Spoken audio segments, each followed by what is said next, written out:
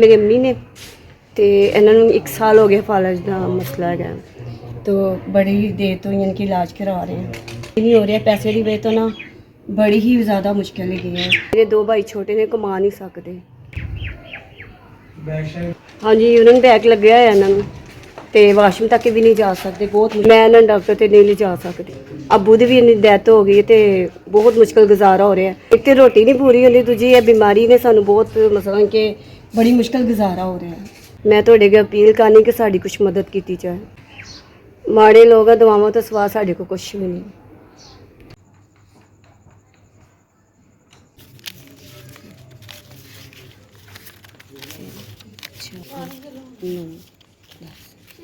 पाँच 5000 इदारे का बहुत बहुत शुक्रिया जिन्होंने सानू 5000 रुपया दिता मेरी अम्मी के इलाज वास्ते।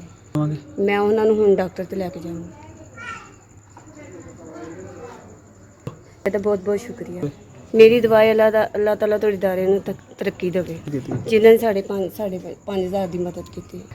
मेरी दवाई कि अल्लाह ताला थोड़े इदारे हमेशा कायम रखे। तुसीं अजी हमेशा मारियां दी मदद करते हो। इदारे का बहुत बहुत शुक्रिया जिन्होंने मैंने 5000 रुपया कर लिया, मैनू मिल गया।